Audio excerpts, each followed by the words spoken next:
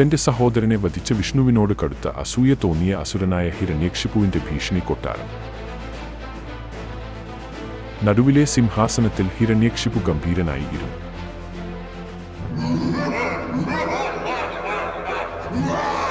ഇളയമകൻ പ്രഹ്ലാദന്റെ ശാന്തരൂപം കണ്ട് അവന്റെ കണ്ണുകൾ തീപിടിച്ചു.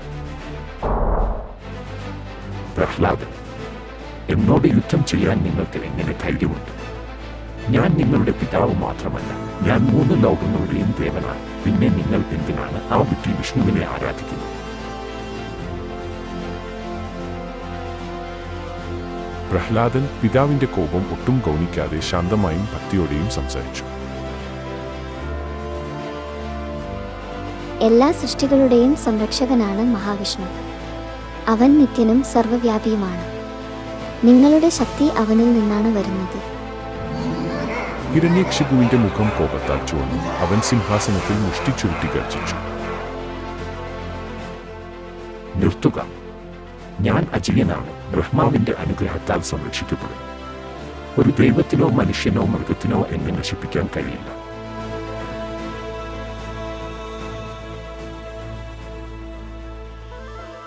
ഇതിലെല്ലാം നിസ്സംഗനായിരുന്ന പ്രഹ്ലാദന്റെ ഭക്തി തകർക്കാൻ ഹിരണ്യക്ഷിപു തന്റെ പൈശാചിക പദ്ധതി ആവിഷ്കരിച്ചു. പ്രഹ്ലാദനെ വിഷപ്പാമ്പുകളുടെ കുഴിയിൽ എറിയാൻ ഉത്തരവിട്ടെങ്കിലും പാമ്പ് അവനെ സ്പർശിച്ചില്ല. അവനെ ഒരു തൂണിൽ കെട്ടി തീവെച്ചു. തീ അവനെ ഒന്നും ചെയ്തില്ല. അതുപോലെ ഹിരണ്യക്ഷിപു തനിക്ക് നൽകിയ ക്രൂരമായ ശിക്ഷകളെ പ്രഹ്ലാദൻ തന്റെ ശുദ്ധമായ ഭക്തി കൊണ്ട് മറികടന്നു. വിഷ്ണു എല്ലായിടത്തും ഉണ്ടെന്ന് പ്രഹ്ലാദൻ പറഞ്ഞപ്പോൾ ഹിരണ്യകന്മാരുടെ കോപം കൂടി. അങ്ങനെയാണ്. അവൻ എല്ലായിടത്തുമുണ്ടോ? ഈ തൂണിലുമുണ്ടോ? അവൻ ചോദിച്ചു. തിളങ്ങുന്ന കണ്ണുകളുള്ള പ്രഹ്ലാദൻ: അതെ പിതാവേ, അവൻ സ്തംഭത്തിലും നിങ്ങളുടെ ഹൃദയത്തിലുമുണ്ട്.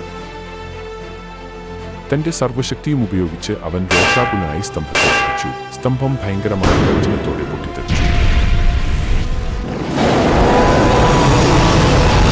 സിംഹവും മനുഷ്യ ശരീരവുമുള്ള ഒരു ദിവ്യ തേജസ്സുള്ള ഒരു രൂപം പ്രത്യക്ഷപ്പെട്ടു.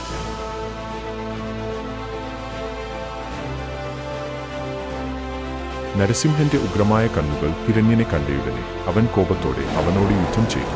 അവന്റെ ശരീരം അവന്റെ തുടയിൽ വയ്ക്കുക, തന്റെ മൂർച്ചയുള്ള നഖങ്ങൾ വീശി അവന്റെ നെഞ്ചിൽ തുളച്ച് ബ്രഹ്മാവിന്റെ വരം ലംഘിക്കാതെ ഹിരണ്യനെ വധിച്ചു.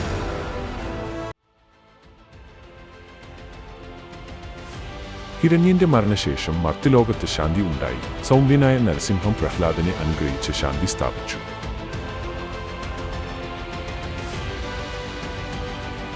യഥാർത്ഥ ഭക്തിയാണ് ദൈവത്തിലേക്കുള്ള വഴിയെന്ന് പ്രഹ്ലാദന്റെ കഥ നമ്മോട് പറയും.